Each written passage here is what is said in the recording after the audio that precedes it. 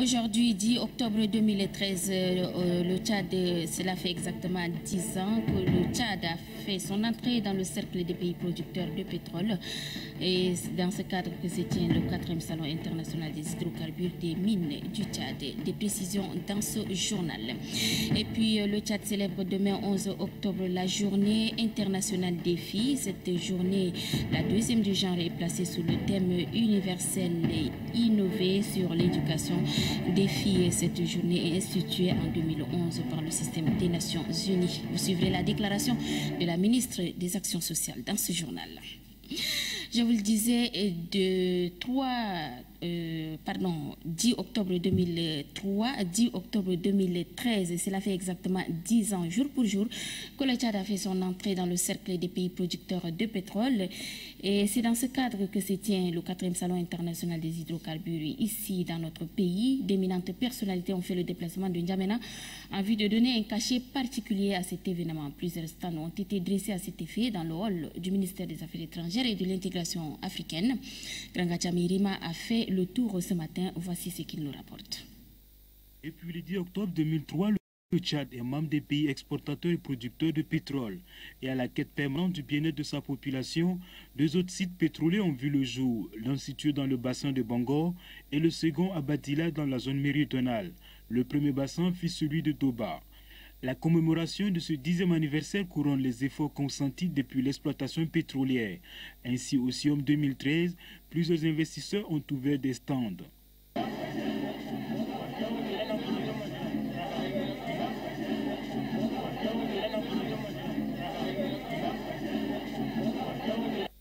Au Salon international des hydrocarbures au Tchad, experts nationaux et internationaux se côtoient. Et c'est avec plaisir que le chef de division exploration et développement du ministère de l'énergie et du pétrole du Tchad explique au public le processus de recherche. Venez au niveau du ministère, vous allez faire d'abord premièrement un protocole d'accord. Une fois que vous avez fait le protocole d'accord pendant une période bien déterminée, après cela, donc, vous allez entreprendre encore les démarches afin que le ministère va vous donner le document nécessaire afin que vous partiez jusqu'au niveau de l'Assemblée et un décret présidentiel pour que vous ayez la possibilité de faire pendant une période de 5 ans de recherche. Et cette période de 5 ans de recherche que vous allez entreprendre, vous allez faire minimum 1000 km de lignes sismiques, c'est-à-dire l'acquisition des lignes sismiques, et au moins un puits d'exploration, afin que vous déterminiez le potentiel de ce que ce bloc en a. Une fois que vous avez fait une découverte, c'est-à-dire que vous avez fait ce puits de l'exploration, que vous avez trouvé qu'il a une potentialité en hydrocarbures ou en gaz, vous allez faire déclarer que vous avez fait une découverte. Et à partir de là, le ministère du pétrole et de l'énergie va déclarer aux plus hautes personnalités de la République afin que voici, il y a telle compagnie qui a fait telle découverte d'un champ. Et une fois que vous avez fait cette découverte et que si cette découverte est commerciable, c'est-à-dire du point de vue économique rentable, là maintenant l'État va vous donner la possibilité de faire les développements, c'est-à-dire la production. Il faut une bonne observation des échantillons pour mieux faire la différence. Seuls les spécialistes peuvent justifier les différentes qualités du pétrole. Nous avons deux sortes de pétrole. Donc, heureusement, ici au Tchad, nous n'avons pas de mer et nous n'avons que seulement la terre. Dans notre pétrole, on ne peut avoir notre pétrole que sur la terre. Donc, en d'autres, si dans certains pays, par exemple dans les pays côtiers, par exemple le Gabon, ou bien l'Angola, ou bien le Nigeria, ils ont le pétrole quand même dans la mer. Ils peuvent trouver le pétrole dans la mer. Mais il n'y a pas une grande différence. C'est le sous-sol qui possède le pétrole si le sous-sol a un banc sédimentaire important et si les conditions géologiques sont remplies, donc vous pouvez en avoir du pétrole et ça peut être de bonne qualité, que ce soit sur la mer ou bien que ce soit sur la terre. L'essentiel, il faut chercher à déterminer quel est l'ancien environnement, c'est-à-dire la paléogéographie de votre banc sédimentaire. Donc, c'est pas Tous les bruits pétroliers ne se ressemblent pas. Le pétrole de Komé, de bassin de Bongo et celui de Badila ont chacun leur spécificité. chaque champ a ses propres caractéristiques, a ses propres qualités. Donc vous remarquez au niveau de Bongor, par exemple, nous avons Casia qui a aussi une qualité très légère, c'est similaire à celui de Sidigi, qui est aussi extra légère et qui fait une bonne qualité. Mais cela ne veut pas dire que pour celui, par exemple, de Prosopis, on le trouve dans le même champ, mais qui est aussi lourd, par exemple. Donc c'est ça. Donc chaque champ a ses propres spécificités. Donc c'est ça ce qui fait leur différence. Selon les données du ministère de l'Énergie et du Pétrole, le bassin de Doba est une réserve prouvée supérieure à 900 millions de barils, soit environ 150 millions de tonnes. Aujourd'hui, on estime à 100 000 barils jour le site de Komé. En revanche, le pétrole de Badila a une capacité de production de 10 000 barils contre celui du bassin de Bongor qui est à 15 000 barils jour. Le bassin de Sidigi, qui a des réserves estimées à 150 millions de barils, est en cours de développement par la Société d'hydrocarbures du Tchad. Si en 2013, les travaux se déroulent plutôt bien depuis le premier jour, c'est du moins ce que nous rapporte ici l'armée Belgar Laguerre à travers cette interview du directeur général de la Société des hydrocarbures du Tchad. Pour Mahamat Kasser Younous, cette conférence est le point de départ d'un nouveau partenariat avec les investisseurs. Voici un extrait de ses propos. On va assister à des présentations qui concernent les potentiels pétroliers. La législation pétrolière qui a évolué avec le temps, comme vous le savez, suite à l'avènement de la SHT. Et puis, il a été présenté aussi les blocs pétroliers disponibles parce que, comme vous le savez, nous avons aussi l'intention d'attirer davantage d'investisseurs qui seraient intéressés par les blocs. Et dans le domaine minier, il était question de l'impact de la technologie moderne sur la législation minière et puis l'économie minière. Ce qu'on peut tirer, c'est que beaucoup de choses ont été faites et beaucoup de progrès dans le domaine de la recherche géologique minière. Le pari est gagné parce que, en dehors des présentations, nous avons rencontré les séminaristes, ceux qui sont venus de loin, ils étaient satisfaits. Ils nous ont dit qu'ils ne savaient pas que le Tchad regorgeait d'énormes potentialités dans le domaine minier et pétrolier. Donc pour nous, ça nous réconforte dans ce que nous avons comme objectif à suivre. Et nous allons, tout de suite après la conférence, dérouler des contacts avec ceux-là qui sont venus, avec d'autres qui sont intéressés et qui n'ont pas pu effectuer le déplacement, parce que c'est un processus qui continue. Il ne commence pas par la conférence et finit à la conférence, à la fin de la conférence. C'est un processus qui commence aujourd'hui, mais qui continue après la conférence. Le plus important, ce n'est pas ce que nous allons faire aujourd'hui. Le plus important, c'est pour attirer ces investisseurs qui vont venir, qui sont là, d'autres qui vont venir, et où nous allons continuer les contacts. Probablement signer des contrats de partage de production dans le domaine pétrolier ou des contrats de recherche minière dans le domaine minier. Et Paris est gagné également pour les bassins des Zerdi et vous allez voir dans les jours à venir, dans les semaines à venir, que maintenant les attentions seront tournées vers les bassins des Zerdi. Nous allons commencer par des travaux géologiques de terrain et suivront, d'ailleurs pour votre information, le 14 octobre, il y aura une réunion avec les sociétés qui ont déjà signé des contrats de partage de production avec l'État tchadien, une réunion des comités, ce qu'on appelle des comités de gestion pour arrêter les programmes de travaux pour les bassins des Zerdi pour l'année 2013-2014. Mahamat Saleh Younous, Kasser Younous, directeur général de la SHT.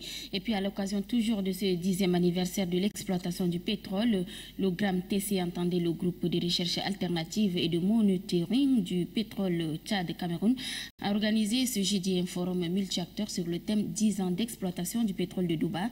Quelles retombées économique et sociale pour les Tchadiens.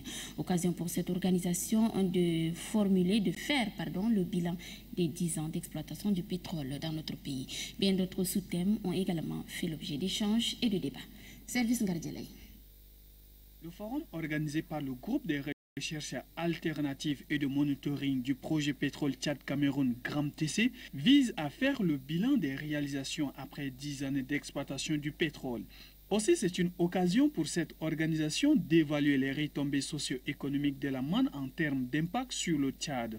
Ceci en vue de dégager des pistes de solutions pour une gestion participative. Au cours de ces forums, plusieurs sous-thèmes liés à l'exploitation du pétrole tchadien ont été débattus. Il s'agit entre autres des impacts environnementaux et sociaux des projets pétroliers, des retombées économiques et sociales du projet de Doba. Pour le coordonnateur du groupe de recherche alternative et de monitoring du projet pétrole Tchad-Cameroun, les réalisations après les 10 années d'exploitation du pétrole sont mitigées. Ce qu'on constate sur le terrain, c'est que ce soit à N'Djamena, que ce soit dans la zone productrice, les populations ne ressentent pas l'impact de l'exploitation du pétrole, l'impact positif en termes d'amélioration des conditions de vie des populations riveraines, mais aussi des populations tchadiennes d'une manière générale. À N'Djamena, vous avez des écoles, vous avez des centres de santé, vous avez des routes qui sont construites sur les revenus pétroliers. Ça, c'est l'effet qu'on peut observer. Mais c'est que ces infrastructures qui sont réalisées ne sont pas des infrastructures durables. Le coordonnateur du Grand TC exhorte le gouvernement et les autorités des zones pétrolières à revoir les politiques afin d'améliorer les conditions de vie des populations du Tchad en général et celles des zones pétrolières de Doba en particulier. Ça, le gouvernement doit tirer les leçons, écouter les populations, la société civile, pour que quand on va exploiter le pétrole ailleurs, quelles sont les mesures qui doivent être prises pour ne pas qu'on retombe sur les mêmes erreurs.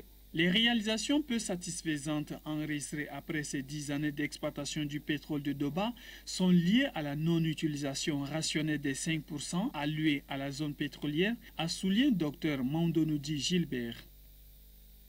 Voilà donc pour ce qui est de la commémoration de ce 10e anniversaire de l'entrée de notre pays dans le cercle des pays producteurs du pétrole. Tout autre chose à présent. Le Tchad, à l'instar des autres pays du monde, célèbre demain 11 octobre la journée internationale des filles. Cette journée, la deuxième du genre, est placée sous le thème universel et innové sur l'éducation des filles. Cette journée est instituée en 2011 par le système des Nations Unies. À cette occasion, la ministre de l'Action sociale, de la Solidarité nationale et de la famille a rendu publique une déclaration cet après-midi. Je vous propose de suivre ici un extrait proposé par Marale Joséphine. Cette journée internationale des filles est une véritable occasion d'attirer l'attention de tous sur les discriminations et les inégalités auxquelles les filles font face en matière de droits. C'est donc une journée de mobilisation pour donner aux filles l'accès à l'éducation, car il n'existe aucun instrument de développement plus efficace que l'éducation, particulièrement celle des filles. En donnant aux filles un accès à l'éducation, nous pourrons briser le cercle de la pauvreté. En leur permettant de poursuivre leurs études au-delà du primaire, nous donnons la chance aux filles de se réaliser et d'apporter leur contribution au développement. Et en levant les barrières qui leur empêchent d'accéder à l'éducation, telles que le mariage précoce, les violences subies dans les établissements scolaires, les difficultés des familles à financer leur scolarité, etc., nous contribuons tous à un développement juste, équitable et durable. Au Tchad, l'éducation des enfants, et particulièrement celle des filles, reste une préoccupation permanente du gouvernement, car la plupart des systèmes de valeurs culturelles, religieuses et traditionnelles fondés sur le patriarcat crée des inégalités entre les filles et les garçons dans plusieurs domaines, notamment celui de l'éducation. C'est pourquoi, pour cette deuxième édition, le ministère de l'Action sociale, de la Solidarité nationale et de la famille a retenu comme thème national « L'accès à l'éducation des filles est un droit, une clé du développement durable ». Une bonne éducation rend les filles performantes dans leurs activités économiques et même dans la gestion de leur futur foyer. Plus le niveau d'instruction des femmes augmente, plus elles accèdent à l'information et aux nouvelles technologies, plus elles utilisent les services publics existants et plus elles contribuent à l'amélioration de leur statut et aux conditions de vie de leur famille et de leur communauté. Voilà, Bayon Djibrigui Amano Rosine, ministre de l'Action sociale, de la famille et de la solidarité nationale. Et puis en rapport toujours avec cette journée, je vous donne la teneur de ce communiqué du partenariat national pour la fin du mariage des enfants au Tchad. Le communiqué est ainsi libellé. À l'occasion de la journée internationale de la fille, nous réaffirmons l'obligation de protéger les droits des filles et identifier les barrières à lever dans le monde entier. Célébrée pour la première fois en 2012, la journée de la fille aura cette année pour le thème innové en faveur de l'éducation des filles. Au moment où la communauté internationale s'apprête donc à célébrer cette journée, le partenariat national pour la fin du mariage des enfants du Tchad, AJAC, ASTBF, CELIAF, Sénagelus, World Vision, Avenif lance un appel au gouvernement à faire en sorte que les efforts visant à améliorer l'éducation des filles s'accompagnent d'une initiative visant à mettre fin au mariage des enfants. À la signature, Adam Abakar Kayaye pour le partenariat. Et puis le ministère de l'Action sociale organise un forum depuis 3 jours. Les travaux de ce forum ont pris fin hier soir. Plusieurs recommandations ont été formulées. Le point avec Abakar Seidouna. Ce forum se veut un nouveau souffle d'énergie pour le ministère de l'Action sociale, de la solidarité nationale et de la famille. Outre l'adoption des mécanismes, des orientations ont été données à la faveur des travaux des techniciens locaux et les experts internationaux en conclave depuis 3 jours. Les différents échanges ont permis au département de déceler les problèmes qui minent son bon fonctionnement, et ce, pour la réussite de la mission qui lui est assignée, celle de répondre aux besoins sociaux de la population. Le ministre de l'Action sociale exhorte son personnel à se conformer aux nouvelles orientations issues de ces assises. En organisant ce forum, nous avons voulu juste tracer le cadre ou le plan d'une nouvelle fondation et chacun devra apporter sa contribution selon son rang et sa responsabilité pour construire notre maison commune. Nous venons peut-être de franchir un premier pas, mais la tâche la plus lourde reste celle de traduire dans les faits les conclusions de ce forum. Pour le ministre conseiller à la présidence de la République, représentant le Premier ministre, les résultats de ces forums doivent permettre au ministère de l'Action sociale d'avoir des méthodes fortes et dynamiques pour offrir aux populations un service de qualité. Les conclusions du forum ont mis l'accent sur plusieurs facteurs qui interagissent et compromettent la promotion et la protection des groupes vulnérables, à savoir les femmes et les enfants, les personnes handicapées et la prise en charge des personnes du 3e âge. Dans une motion, les participants au forum ont exprimé leurs vifs remerciements au gouvernement, aux organismes des Nations Unies et aux experts internationaux pour leur soutien multiforme apporté à la tenue de ces assises. La Fédération des associations du Guéra a été honorée par l'UNESCO lors de la dernière édition de la Journée internationale de l'alphabétisation. La dite association a obtenu le prix international pour ses œuvres dans la promotion de l'alphabétisation à travers les langues. Cette distinction a été présentée hier lors d'une cérémonie en présence de quelques membres du gouvernement. Service Gardielaï. La Fédération des associations pour la promotion des langues du Guéra est créée en avril 2001. Celle-ci œuvre pour la promotion de l'alphabétisation des 25 langues que compte le Guéra. C'est à l'occasion du concours international de l'alphabétisation lancé par l'UNESCO que la Fédération des associations pour la promotion des langues du Guéra s'est démarquée des autres. Le prix international UNESCO a été décerné à la Fédération le 8 septembre dernier à Paris. Ce prix de 20 000 $, soit plus de 10 millions de nos francs, est accompagné d'une médaille. Le secrétaire général de l'UNESCO au Tchad, Abdelkerim Adoum, a souligné que la Fédération des associations pour la promotion des langues du Guéra constitue un outil efficace qui participe à la promotion des langues nationales. Pour le président de la Fédération des associations pour la promotion des langues du Guéra, son organisation vise la réduction du taux d'analphabétisme très élevé dans la région du Guéra. Depuis 2003, des classes d'alphabétisation ont été ouvertes avec un effectif total de 1113 apprenants. Ce nombre a évolué au fur des années, ainsi qu'en 2013, on dénombre 6567 apprenants, dont 5365 femmes. Le ministre de l'Enseignement supérieur et de la Recherche scientifique s'est réjoui du prix international gagné par la Fédération. Ce prix concerne non seulement la région du Guéra, mais c'est un prix qui a été donc décerné au nom du Tchad, ensuite donc de la région du Guéra. Donc c'est une fierté d'abord pour le Tchad, parce que c'est un prix international. Et je crois que je n'ai pas assisté à cette remise de prix, mais à l'UNESCO, je crois qu'avant de remettre le prix à la fédération, on a prononcé d'abord le nom du Tchad. Les copies de ces prix ont été remises au ministre de l'Enseignement supérieur, aux deux ministres en charge de l'éducation et autres institutions publiques afin de pérenniser les initiatives de la dite fédération. Et puis le ministère de l'Aménagement du Territoire, de la Décentralisation et des Libertés locales organise avec l'appui de la coopération française un atelier de concertation décentralisé en faveur des membres de l'Association nationale des communes. Objectif, jeter les bases d'un partenariat renouvelé. Mamad Moussa Abamichid. La concertation sur la coopération décentralisée tient à cœur les responsables en charge des différentes communes du Tchad. Avec l'organisation de cette rencontre, les maires de 23 communes de régions du pays vont analyser les forces et faiblesses de cette coopération en s'inspirant de l'expérience des autres pays tels que la France, où une délégation de la mairie de N'Djamena a pris part à un forum sur l'action internationale des collectivités territoriales en juin 2013.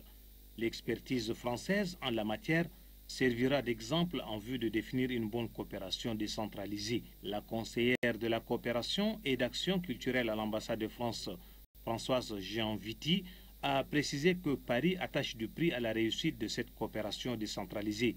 C'est pourquoi, indique-t-elle, la coopération française appuie le ministère de l'Aménagement du Territoire pour que le processus de la décentralisation devienne une réalité dans le pays.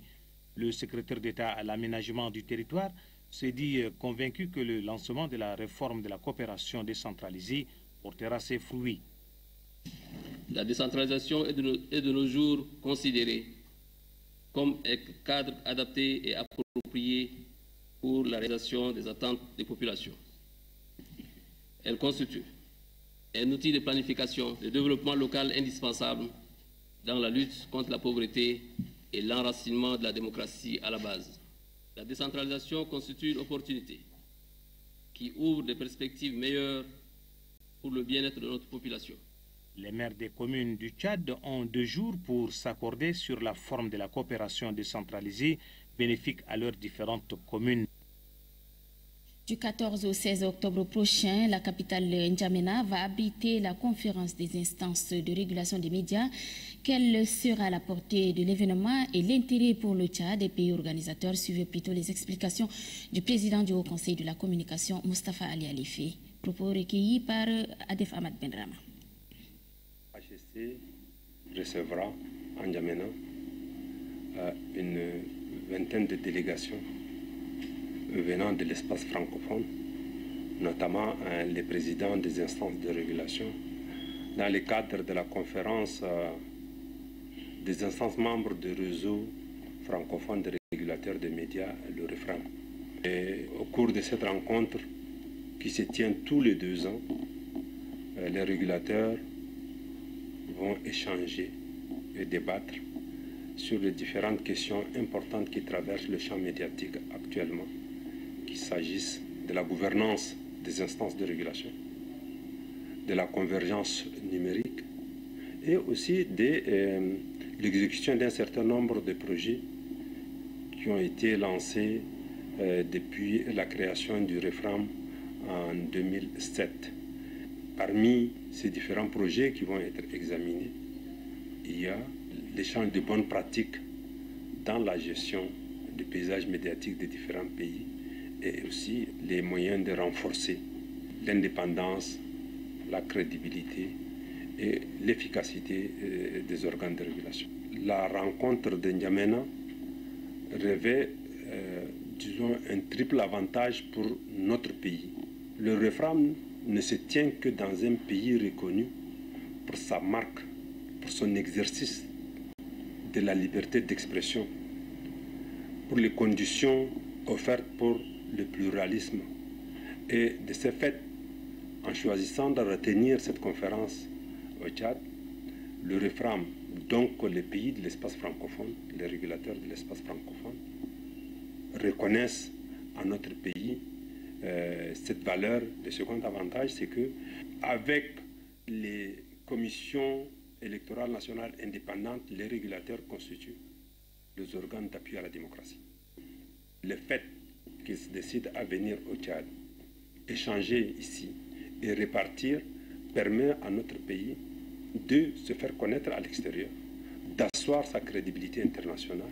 Le troisième élément, c'est que cette conférence se tient à un moment précis, transitoire. En 2015, tous les pays membres de l'UIT passeront au numérique. Le fait que le Tchad assure la présidence du RIFRAM, qui est un des éléments contributeurs en termes d'expérience ou d'expertise à la transition numérique, permet au Tchad d'avoir une vue de très grande importance sur le cheminement de ces processus.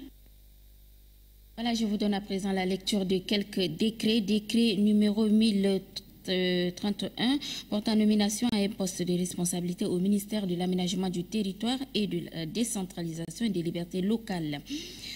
Monsieur Nedulgue Koumla Maxime est nommé directeur de cabinet du secrétaire d'État à l'aménagement du territoire, de la décentralisation et des libertés locales d'Amena le 10 octobre 2013. Idriss Déby Itno. Décret 1032 portant nomination des chefs d'unité administrative territoriale dans la région de Wadi Fira. Les fonctionnaires dont les noms suivent sont nommés au poste de responsabilité ci-après dans la région de Wadi Fira. Secrétaire général El Hadj Adoum Moussa, directeur de cabinet Abachou Adoum Brahimi, conseiller à la sécurité Djungun Moursal, département de Biltine, préfet Amata Abakar Chemi, secrétaire général Pouna Daniel Sassoum, sous-préfecture de Biltine, sous-préfet Oumar Cheib maintenu, sous-préfet adjoint de Biltine Mohamed Abdallah Adam, sous-préfet Adoum Baghera Salam, nous sommes dans la sous-préfecture d'Arada, sous-préfet adjoint Zeni Mohamed Edini, sous-préfecture de Mata, sous-préfet Mohamed Mamadou Hassan Kolo, maintenu, sous-préfet adjoint, Guihini Kamissa, poste vacant, sous-préfecture d'Amzoer, sous-préfet Hassan Ibrahim Iga, poste vacant, sous-préfet adjoint Suleiman Issaka Mahamat, poste vacant, département de Dartama, préfet Saleh Hagar Tidjani, en remplacement de M. Moïdou Mathias appelé à d'autres fonctions, secrétaire général Togoyo Yosko Sougou, sous-préfecture de Guérida, sous-préfet Mahmata Ali Koura, sous-préfet adjoint Hakim Abdoulaye Yakoub, sous-préfecture de Sérim Birke, sous-préfet Chemi Alanga Nortoku, poste vacant, sous-préfet adjoint Sora Djorbo. Sous-préfecture de Djiré, sous-préfet Douma Anadif Ade, sous-préfet adjoint Adam Kamis Ouri, poste vacant, département d'Iriba, préfet Dilo Borkou, secrétaire général Sougouro Moursal, sous-préfecture d'Iriba, sous-préfet Enta Mogina Charles, sous-préfet adjoint Issaka Moussa Uno, poste vacant, sous-préfecture de Ourda, sous-préfet Baradine Adame Etene, sous-préfet adjoint Oudjongue Félix maintenu, sous-préfecture de Tine, sous-préfet adjoint Mamouto Hassabala, poste vacant, sous-préfecture de Dougouba, nouvelle création, sous-préfet Bahar Ali et Bergerou, sous-préfet adjoint Fadoulo Mahamato Ousmane. Sous-préfecture de Maïba, nouvelle création, sous-préfet Garamadine Ibrahim Suleiman, sous-préfet adjoint Ibrahim Fizan, département de Megri, nouvelle création, préfet Hamid Gadar Martami, secrétaire général Garbé Jérémy, sous-préfecture de Matadjana, sous-préfet Mohamed Abderrahman Adam, sous-préfet adjoint Abdelkara Saleh Lougouma, sous-préfet adjoint sous-préfecture de Mardébé, sous-préfet Abdel Djelil Ismaël, sous-préfet adjoint Dadi Ibrahim Ouachi, sous-préfecture de Oué, sous-préfet Adam Ismaël, sous-préfet adjoint Hakim Toin, sous-préfecture de Nanou, sous-préfet Hanga Derio, sous-préfet adjoint Nargaï Ramadan, sous-préfecture d'Ourda, sous-préfet Mourabassi, sous-préfet adjoint Adam Ouige, sous-préfecture de Tronga, sous-préfet Abdrahim Amat Ousmane, sous-préfet adjoint Abdallah Mahmoud Terguiou. N'Djamena le 10 octobre 2013, Idriss Déby Itno, décret numéro 1033 portant nomination à un poste de responsabilité au secrétariat exécutif du Conseil de la lutte contre le sida. Dr Abbas Mustafa est nommé secrétaire exécutif national adjoint du Conseil national de la lutte contre le sida en remplacement de Dr Ali Mohamed Moussa, appelé à d'autres fonctions N'Djamena le 10 octobre 2013. Idriss Déby Itno. Et c'est la fin de cette édition. Merci à toutes et à tous de l'avoir suivi. Très bonne suite de programme. Le 23h30, ce sera avec Adam Abdelkader. Je vous retrouve demain avec le même plaisir. Bonsoir.